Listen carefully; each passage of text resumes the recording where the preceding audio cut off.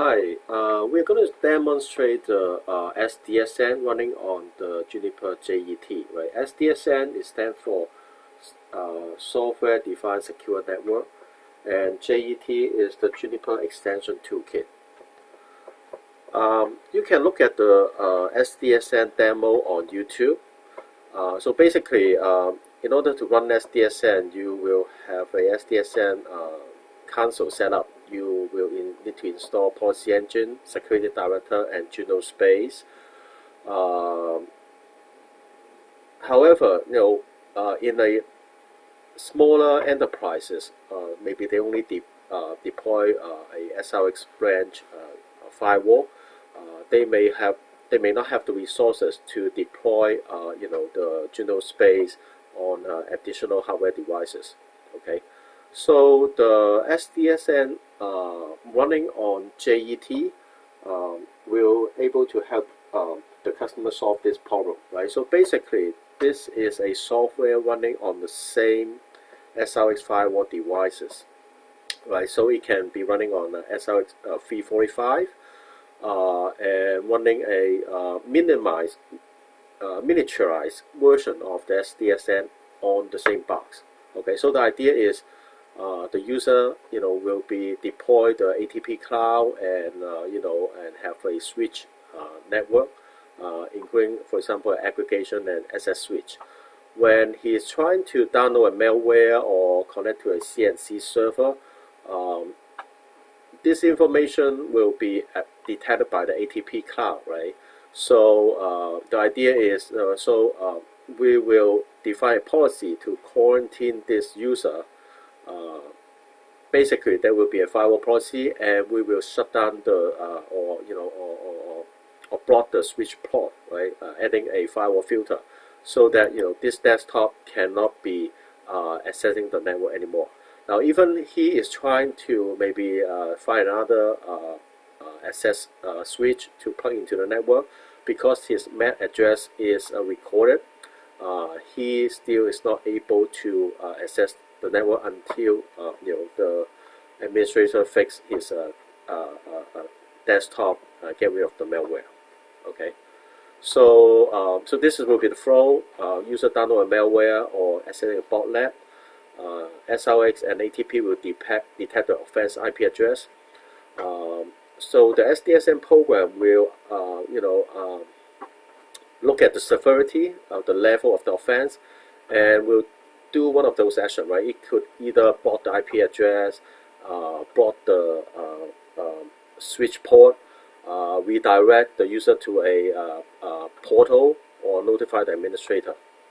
The access port on the EFX or EX or QFX can be blocked, depend on the severity of the Okay, so this will be our topology, right? And what we're going to do is we will look at the SDSN-on-JET, right? So we just log in. Okay, so we are basically is the same SRX firewall and with a different port, right? So now we look at the interface. Okay, so this is the overview. We can see the status summary. There are certain events, and then there are certain action going on. We can see what are the events for this month, etc. So if we look at what is the outstanding alarm, there's one right now, right? And this is coming from a QFX switch. So basically, the information is saying this port is being blocked by the SDSN currently. And I can also look at the configuration. There's the global setting, and so who I'm going to send the information to. And I have the passing rule. So that means that when I get a Sky ATP event, and I can check the level of the severity of the attack, then I can have a corresponding action. So in this case, you can see I redirected to a cabinet portal, but I can also block the port, right, and shut down the port or direct to the cabinet portal, right. So these are actions. So basically I have this rule, right. I can look at my devices. So right now I have a SRX connected to the QFX, so I only have one switch, and then the root device is the SRX itself, right. Okay, so so this is the desktop running on my network, right. You can see that I am able to ping the outside, and I am also able to go to a different website, right. So I can go to Facebook and ESPN. So I can go to some NBA.com. So I can do that right now. So the idea is now if I access a for example CNC IP address, it will be notified by ATP that I'm violating one of the security rule, and I will take away my network access privilege. So in this case, I will be redirected to a captive portal. Okay. So let me just try to ping a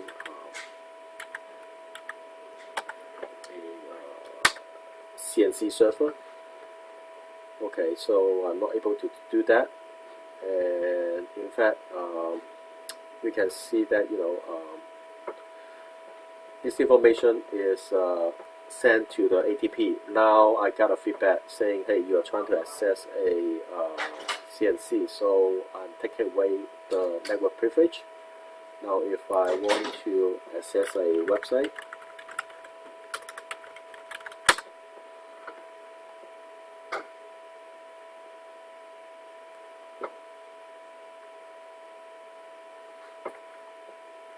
so this is a redirect to the captive portal. So I was saying I'm not able to access the network and have to contact the administrator.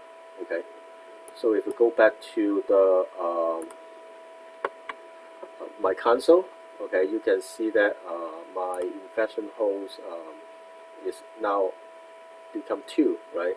So I have a new event, and this event is sent to a captive portal.